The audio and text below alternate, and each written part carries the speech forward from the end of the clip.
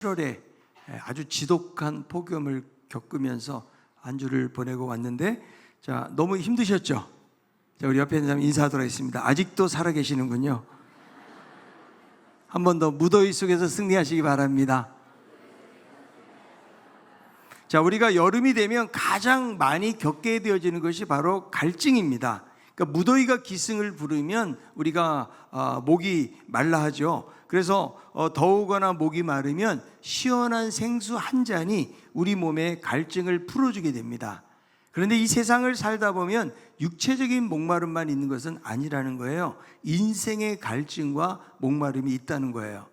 육체적으로 목마른 것은 우리가 시원한 물 한 잔이면 해결이 되는 것입니다. 그런데 인생의 갈증과 목마름은 과연 무엇으로 해결할 수 있을까 하는 것입니다. 열심히 산다고 해서 삶이 만족스러운 것이 아니고 이유 없는 공허감과 무기력이 찾아올 때가 있어요. 그래서 이 공허감을 이제 이겨보기 위해서 무언가 돌파구를 찾으려고 하는데 문제는 해결이 되지 않는다는 거죠. 그래서 인생의 갈증과 목마름은 세상에 있는 어떤 것으로는 해결이 안 된다. 약간의 갈증을 있게 하는 것 같지만 더 깊은 목마름을 가져오는 것들이 많이 있다는 것이죠. 자, 왜 인생에는 목마름이 있는 것일까요? 하나님께서는 원래 인간을 하나님의 형상대로 아름답고 선하게 만드셨거든요. 그래서 창조주 하나님하고 친밀함 속에서 관계를 누리면서 살게 하셨어요.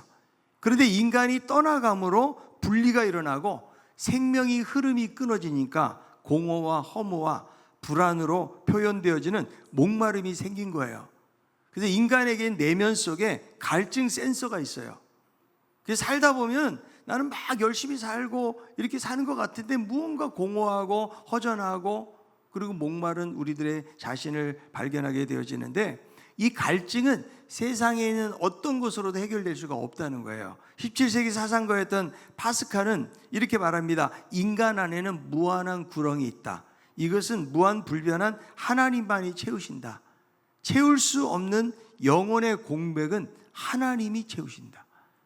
그러니까 우리 안에 있는 영혼의 공백은 세상의 어떤 곳으로도 채울 수 없고 하나님이 채우신다는 거죠. 자, 오늘 본문에 보니까 예수님께서 명절 끝날에 사람들 앞에서 이렇게 외치십니다. 누구든지 목마르거든 내게로 와서 마시라. 그리고 그 배에서 생수의 강이 흘러나리라. 주님은 누구든지 목마른 사람들을 초청하시면서 목마름을 완전하게 해결해 주시겠다고 말씀해 주고 있다는 거죠. 그래서 인생 속에서 목마른 사람은 다 내게로 오라.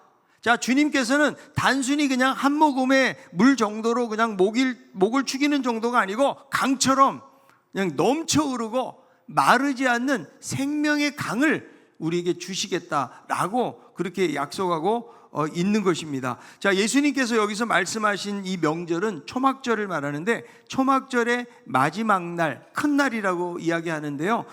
일주일 동안 행사를 하면서 마지막 날이죠. 자, 이 말씀의 배경이 되어지는 초막절은 이스라엘 백성들이 약속했던 가나안 땅에 들어가기 전에 하나님이 광야에서 만나를 주시고 이들이 목이 마를 때에 반석을 쳐서 물을 주신 것을 기념하기 위해서 이런 행사를 하는 것입니다. 첫째 날 제사장이 낭독하는 말씀이 있는데요, 스가랴 14장 8절에 있는 말씀이에요. 그날에 생수가 예루살렘에서 솟아나서 절반은 동해로 절반은 서해로 흐를 것이라. 여름에도 겨울에도 그러하리라. 그러니까 생수가 솟아난다.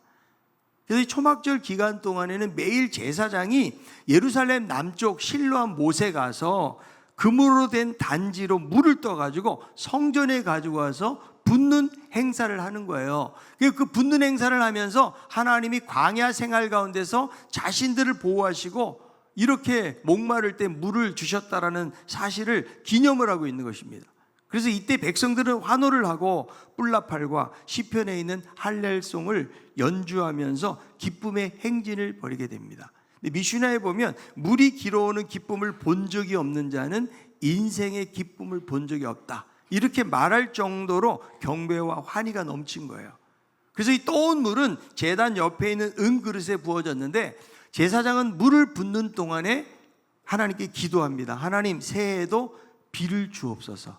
그래서 비와 풍요를 하나님 앞에 간절하게 간구를 하고 있는 것이죠. 그래서 이날은 마지막 날이기 때문에 지금 얼마나 많은 사람들이 이 자리에 모여 있을까요? 그래서 이 초막절 행사의 최절정을 이루는 시간입니다. 그래서 예수님께서 이런 상황 속에서 참된 진리를 선포하신 거예요. 자, 7장 13절. 명절 끝날 곧 큰 날에 예수께서 서서 외쳐 이르시되 누구든지 목마르거든 내게로 와서 마시라. 그러니까 예수님께서 사람들을 향해서 외쳤다. 크게 소리를 지르신 거예요. 평상시 예수님은요, 소리를 지르지 않죠. 그냥 조용하게 말씀을, 진리를 선포하시고, 보통 랍비들은, 예수님도 그러셨지만 앉아서 말씀을 잘 전해요. 근데 여기는 서서, 그것도 어떤 소리로? 큰 소리로. 지금 너무나 많은 사람들이 모여있기 때문에 예수님께서 그냥 고함치듯 소리를 지르면서 지금 이목을 집중시키고 있는 것입니다. 자, 그래서 사람들은 이 행사를 하면서 무엇을 기원하는 거예요? 하나님이 비를 주셔서 이 땅에 풍요를 달라고 기도하고 있는 거죠. 그런데 예수님은 누구든지 목마른 자들은 내게로 와서 마시라, 내가 생수의 강을 주시겠다고 외치고 있는데, 이것은 이 말씀이에요. 이스라엘 백성들이 그들이 비를 요구하면서 이 땅에 풍요를 구하고 있지만, 그러나 그것만 가지고는 너희들의 목마름이 채워지지 않는다. 내가 주는 물을 먹어야 된다. 지금 이런 말씀을 하고 있는 것이죠. 자, 예수님께서 수가성 여인을 만난 것을 여러분 아실 거예요. 이 수가성 여인은요, 사람들이 아무도 찾지 않는 정오, 가장 더울 때잖아요. 이럴 때는 물을 기르러 가는 사람이 없어요. 근데 사람들 만나기 싫으니까 너무 많은 상처를 가지고 있는 여인이 물을 기르러 오죠. 이 여인에게는 남편이 5명이 있었고, 지금 살고 있는 남편도 자기 남편이 아닌, 얼마나 인생을 어렵고 힘들게 살았는지를 우리가 알 수 있는데, 예수님은 이 사람에게 이런 말씀하세요. 요한복음 4장 13절 14절. 예수께서 대답하여 이르시되 이 물을 마시는 자마다 다시 목마르냐니와 내가 주는 물을 마시는 자는 영원히 목마르지 아니하리니 내가 주는 물은 그 속에서 영생하도록 솟아나는 샘물이 되리라. 그래서 이 여인은 여기서 예수님 만나고 완전히 목마름이 해결이 돼요. 그리고 인생이 변하는 모습을 볼 수가 있는데, 자, 인생의 목마름은 세상에 있는 어떤 것으로는 만족이 될 수가 없다는 거예요. 세상이 주는 물, 세상이 주는 풍요, 세상이 약속하는 행복, 이것만 가지고 우리 인생은 행복할 수 없고 만족할 수가 없어요. 예수님도 말씀하시기를 사람이 떡으로만 사는 게 아니다. 떡만 가지고는 안 돼요. 나에게 아무리 많은 떡이 있다고 할지라도.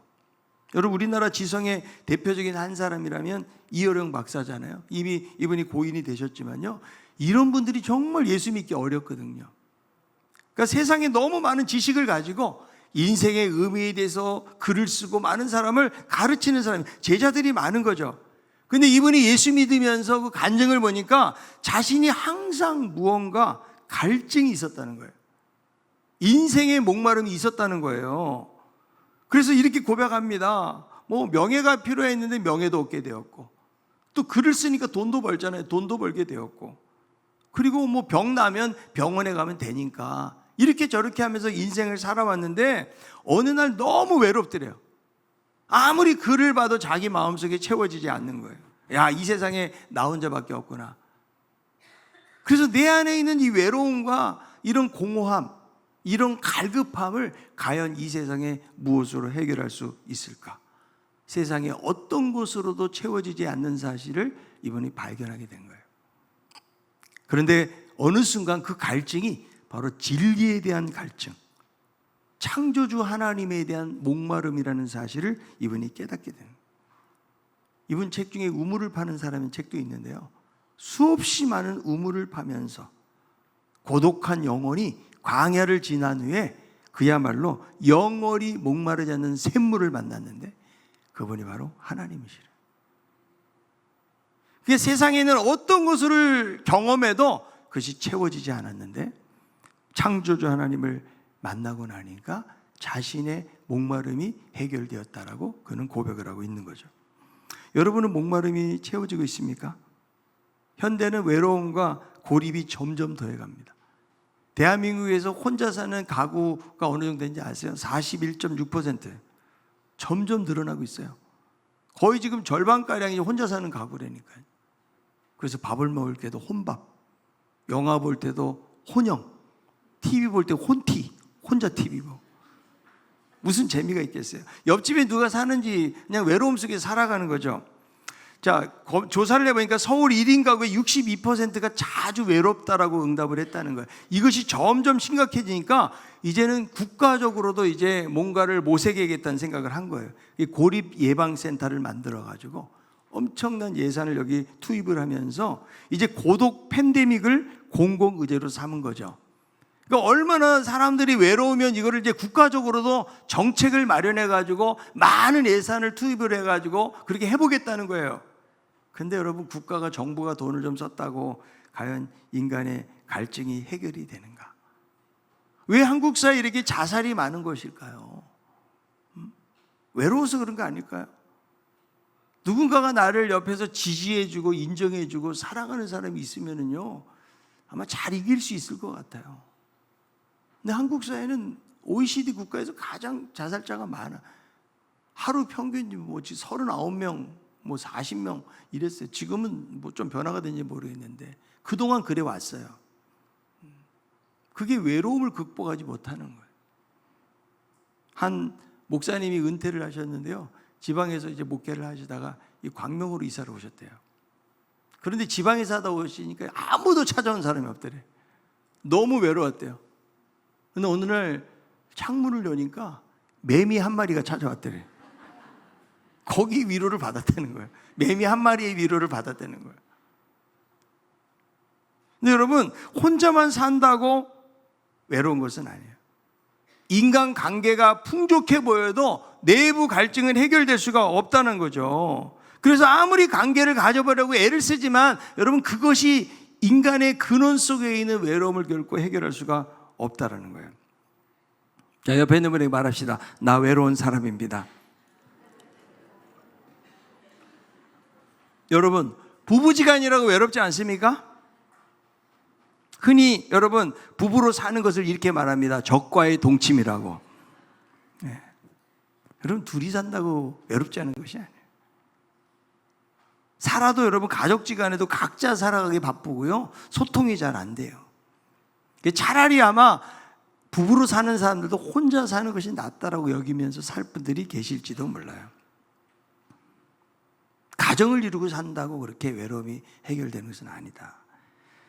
자, 세상에서 돈보다 더 좋은 것이 있습니까? 돈은요, 행복하고 상당한 관계가 있습니다. 세상을 살다 보면 돈이 정말 필요해요. 저는 여러분들이 좀 부자가 됐으면 좋겠어요. 네. 아멘 한 사람은 그렇게 될 줄로 믿습니다. 그런데 돈 자체가 행복을 줄 수는 없다. 미국의 프린스턴 심리학 교수인데 데니얼 카너먼 교수가요, 어떤 삶을 사는 사람들이 행복하는지를 연구를 한 거예요. 그래서 절대적인 행복의 비결은 아니라고 할지라도 사람들을 행복하게 만드는 지표가 있다고 생각을 한 거예요. 그래서 인종, 수입, 학력, 종교, 나이를 가진 사람들을 오랜 기간 동안에 추적해서 연구를 했는데 가장 첫 번째로 상관이 있는 것이 바로 돈이었대요. 그러니까 돈이 적은 사람보다 돈이 많은 사람들이 더 행복하다고 느꼈고, 수입이 늘면서 대부분의 사람들은 큰 행복을 느꼈다라고 응답을 한다는 것이죠. 그런데 문제는 수입이 어느 정도 수준을 만족하고 나면 그 다음부터는 행복감이 사라지게 되었다는 거예요. 만약에 돈이 행복을 주는 거라면 계속 돈만 많아질수록 더 행복해야 되고, 돈을 가장 많이 가진 사람이 가장 행복해야 되지 않을까요? 결코 그렇지 않다는 것을 우리에게 보여주는 거예요. 그래서 돈을 충분히 번 사람들은 사회적인 인정과 성취, 행복한 가정, 건강, 인간관계 등 다른 곳에서 행복을 찾으려고 노력을 한 거예요. 그런데 아무리 여러 가지 조건이 채워져도 잠시일 뿐 만족이 안 됐다는 거예요. 그래서 한 조건이 채워지면 또 다른 조건을 따라 나서다 보니까 결국 이것이 잘 해결되지 않는다는 사실을 발견하게 된 것이죠. 그래서 예수님께서는 오늘 우리에게 이렇게 말씀하시면 나에게 오라. 내게 와서 내가 주는 물을 마셔야 된다라고 말씀해 주고 있는데요. 이 주님의 초청 앞에 우리가 믿고 나아가면 우리의 영적인 갈증은 해결이 될 줄로 믿습니다. 자, 이사야 55장 1절에 있는 말씀. 오호라 너희 모든 목마른 자들아 물로 나오라. 돈 없는 자도 오라. 너희는 와서 사 먹되 돈 없이 값없이 와서 포도주와 젖을 사라. 목마른 자들은 다 오래요. 여기 돈 없는 자도 오라. 세상은 돈 없으면 어디 가서 뭘 못해요. 그런데 돈 없는 자도 오라. 인생의 여러 가지 수고와 짐을 지고 있는 사람 누구나 여기에다 포함이 된 거예요. 자, 요한복음 6장 35절. 예수께서 이르시되 나는 생명의 떡이니 내게 오는 자는 결코 줄이지 아니할 터이요 나를 믿는 자는 영원히 목마르지 아니하리라. 나에게 오는 자는 굶지 않는다는 거예요. 영원히 목마르지 않겠다라고 말씀해 주고 있다는 것이죠. 그래서 우리에게 진정한 해갈을 주시는 분은 바로 우리 주님밖에 없다. 아멘. 그래서 우리는 날마다 주님 앞에 나아가서 이 생수를 받아 마시기를 바랍니다. 여기에 인생의 목마름이 해결이 되어지는 거예요. 여러 가지 여러분 인생을 살면서 많은 목마름과 갈급함을 가지고 있습니까? 오늘 여러분 이 생수의 강을 받아 마시기를 바랍니다. 자, 우리는 주님께서 나의 삶을 지켜주시고 지속적으로 우리의 삶 속에 필요한 것들을 공급해 주신다는 사실을 믿어야 돼요.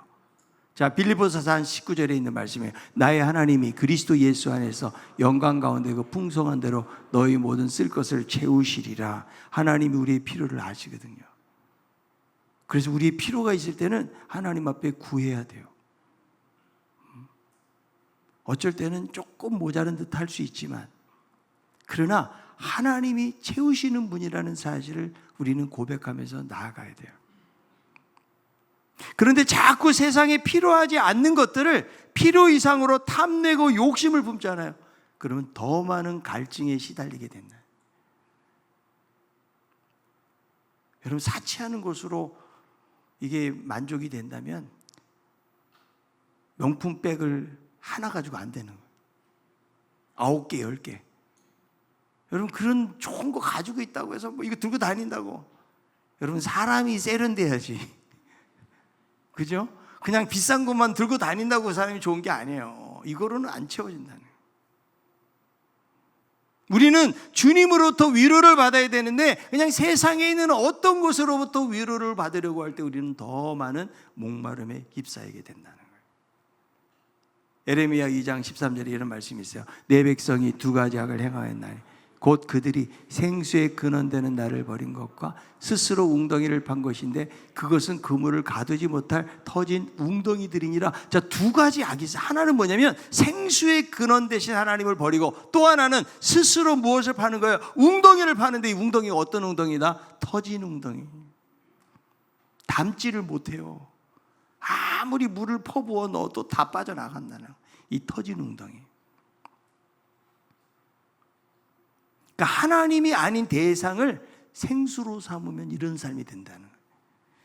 현대인들은 여러분 중독에 시달려 물질 중독, 소비 중독, 쇼핑 중독, 부동산 중독, 명품 중독.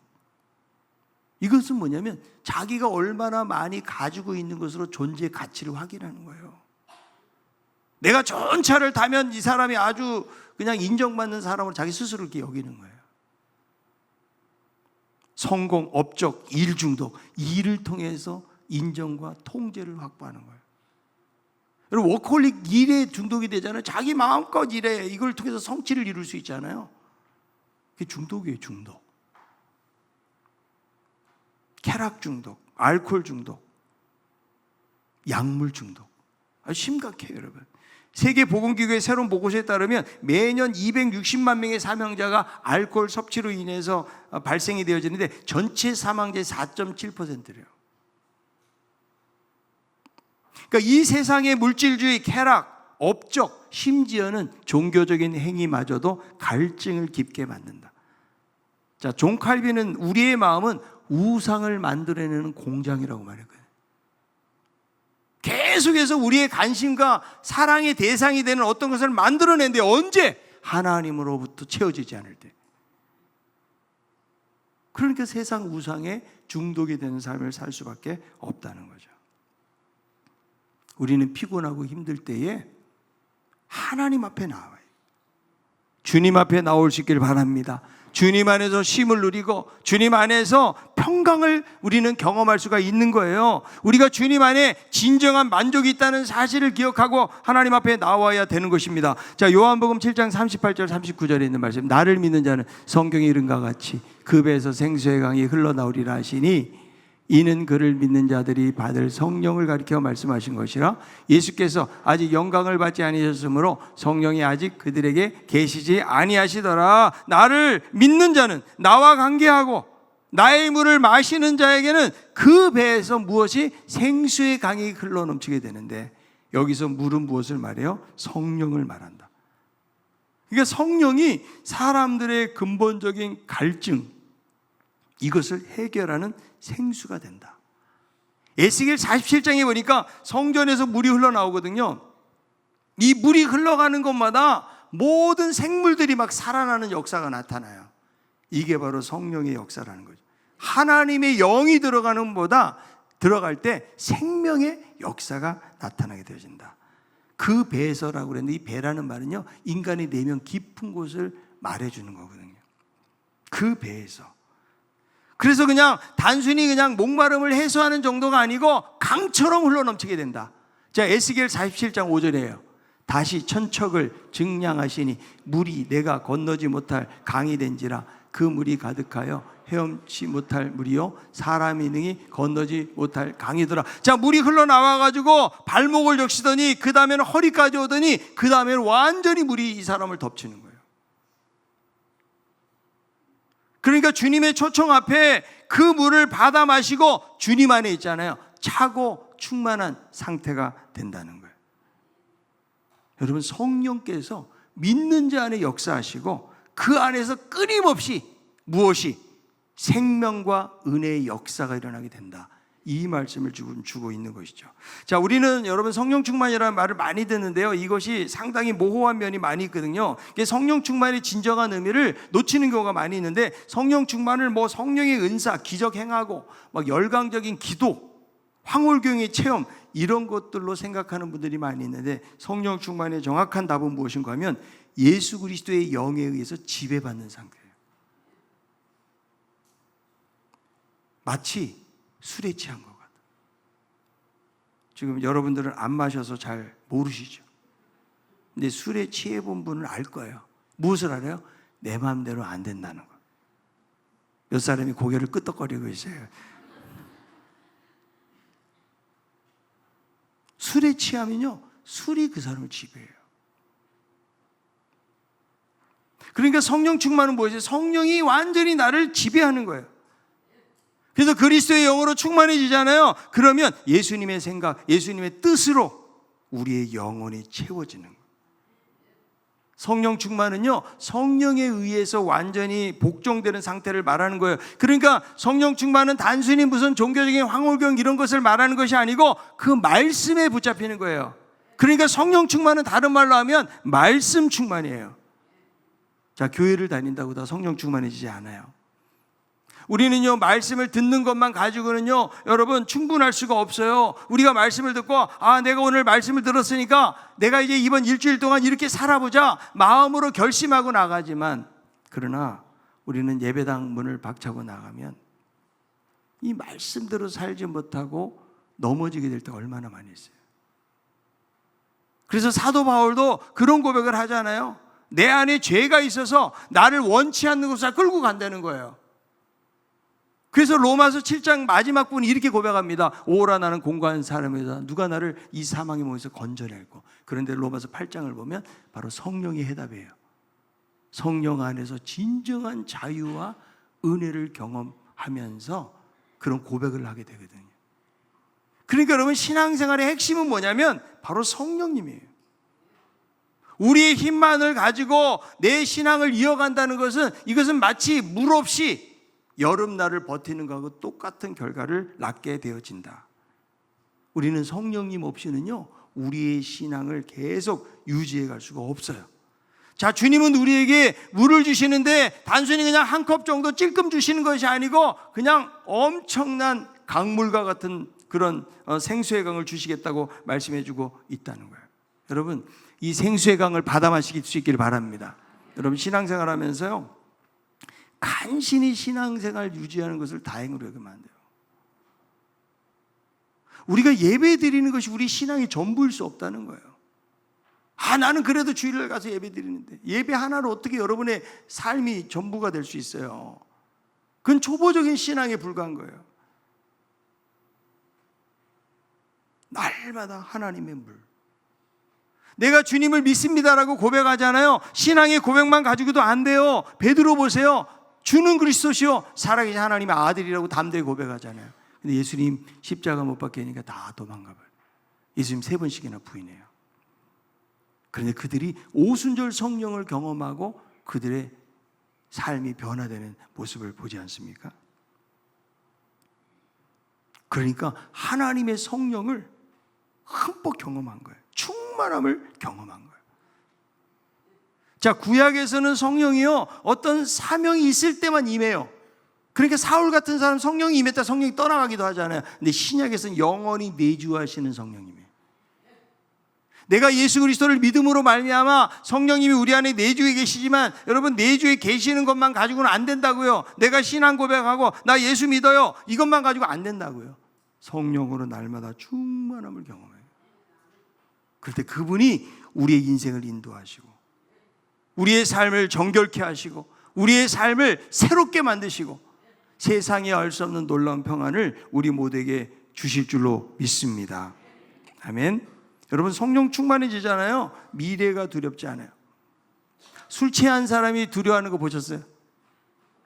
평상시에 말도 잘 부끄러워서 못하는 사람이 술만 먹으면요, 온 동네방네 떠나가도록 소리 지르는 거예요. 술 먹은 사람. 이게 알코올의 힘이에요. 여러분, 술도 이런 힘이 있다면 성령님은 얼마나 힘이 강력하시겠어요?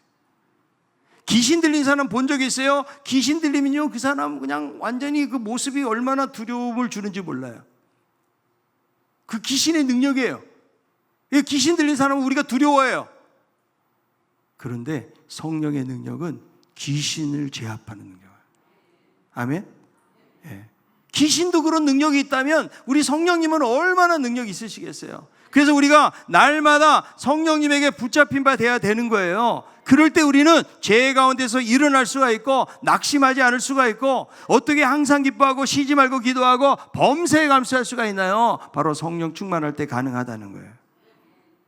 그래서 우리는요, 날마다 이 성령 충만을 사모해야 돼요. 예수님의 초대는 지금도 유효한 거예요. 누구든지 목마른 자는 내게로 오라고 말씀하셨기 때문에 우리가 성령을 사모하되 마치 목마른 사슴이 시냇물을 갈급히 하는 것처럼, 오 하나님, 하나님의 성령을 사모합니다. 성령님, 내 안에 충만하게 임하시고 나의 삶을 인도하여 주옵소서. 지금 예수님께 나와 마신다는 것은 무엇을 말해요? 주님과 깊이 연관이 되어서 그분의 생명을 받아들이는 것을 의미하는 거예요.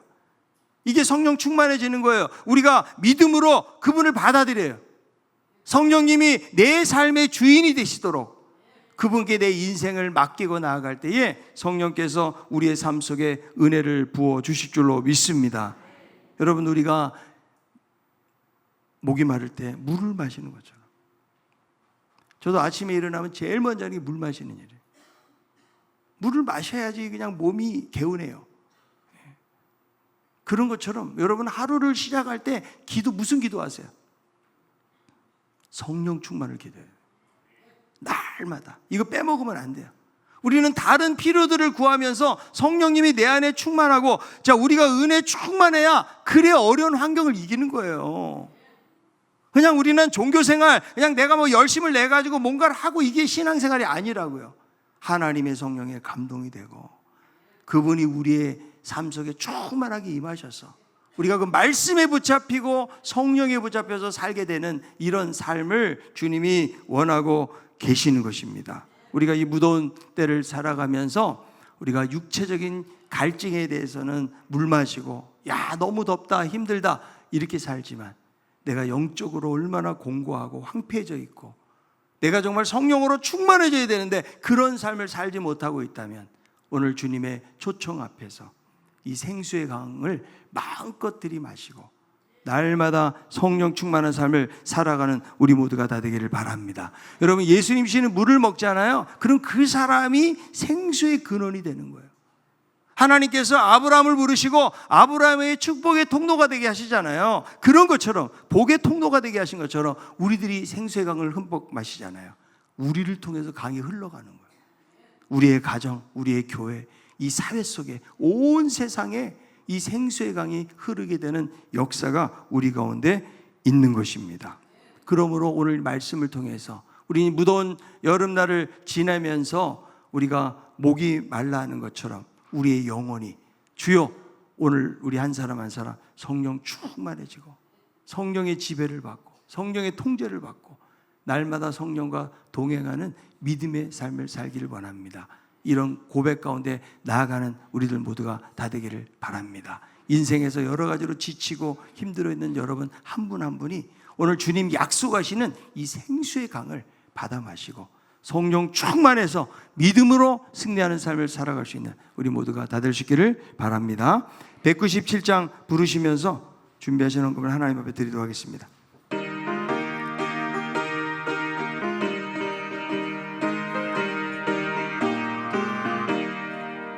은혜가 풍성한 하나님은 믿는 자 한 사람 한 사람 어제도 오늘도 언제든지 변찮고 보호해 주시네. 주여 성령의 은사들을 오늘도 내리어 주소서. 성령의 뜨거운 불길로서 오늘도 충만케, 박수 치면서 하겠습니다. 정욕과 제약에 물든 마음을 성령의 불길로 태우사 정결케 하소서. 태우소서. 깨끗게 하여 주옵소서. 주여 성령의 은사들을 오늘도 내리어 주소서. 성령의 뜨거운 불길로서 오늘도 충만케 하소서.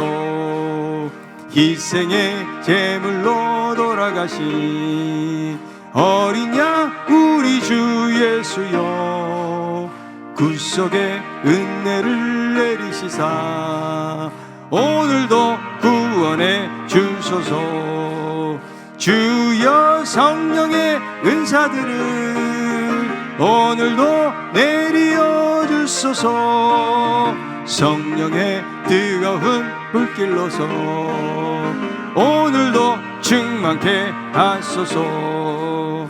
주님의 기쁘신 은혜만을 세상에 널리 전하리니 하늘의 능력과 권세로서 오늘도 입혀주옵소서. 주여 성령의 은사들을 오늘도 내리어 주소서. 성령의 불길로서 오늘도 충만케 하소서. 아멘. 하나님 아버지, 힘들고 어려운 세상 가운데서 저희들을 붙들어 주시고 오늘도 하나님 앞에 나와서 예배하게 하신 것을 감사합니다. 하나님, 우리가 가지고 있는 인생의 갈증과 목마름을 아시는 주님, 오늘 여러 가지 지치고 힘들고 낙심해하는 우리 성도들 가운데 생수의 강을 부어 주시옵소서. 그래서 날마다 주님으로 말미암아 인생의 목마름들을 해결하게 도와 주옵시고 세상에 의미 없는 것을 쫓아가는 그런 삶이 되지 않게 하시고 날마다 신실하신 주님만 의지하며 목자 되신 주님만 따르는 그런 저희들이 다 되게 하여 주옵소서. 이 시간도 베푸신 은혜 감사의 마음을 담아서 주님 앞에 드립니다.